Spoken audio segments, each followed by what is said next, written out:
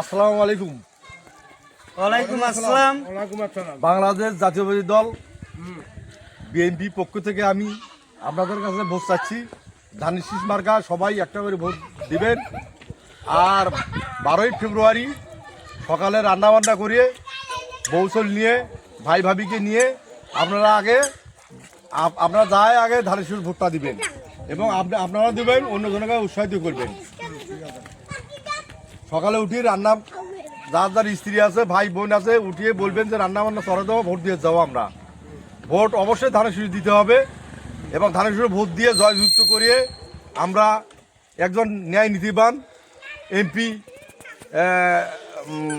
নির্বাচিত করব।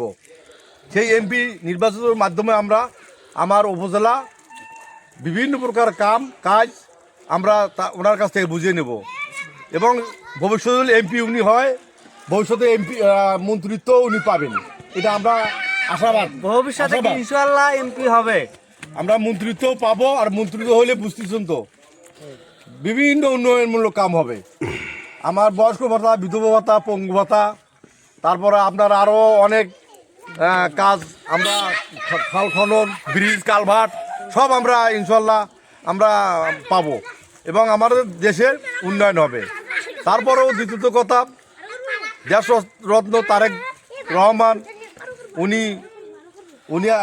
উনার ভোটার এখানে হয়েছেন, উনি 2 জায়গাতে ভোট করতেছেন। ওনার জন্য আপনারা দোয়া করবেন যেন উনিও যেন ইনশাল্লাহ ভালো থাকে ভোট পর্যন্ত এবং দেশের জন্য প্রধানমন্ত্রী হতে পারে। এই বলে আমার বক্তব্য আমি এখানে শেষ করলাম। আসসালামু আলাইকুম। আসসালামু আলাইকুম। আর ওই জামাই বাদা মার্কায় একটা করে ভোট দিবেন না, জামাই বাদা মার্কায় দুধের জামাই বাদামে একটা করে লাইক কমেন্ট শেয়ার করবেন আমার এই যে নানমি মামার উপলক্ষে।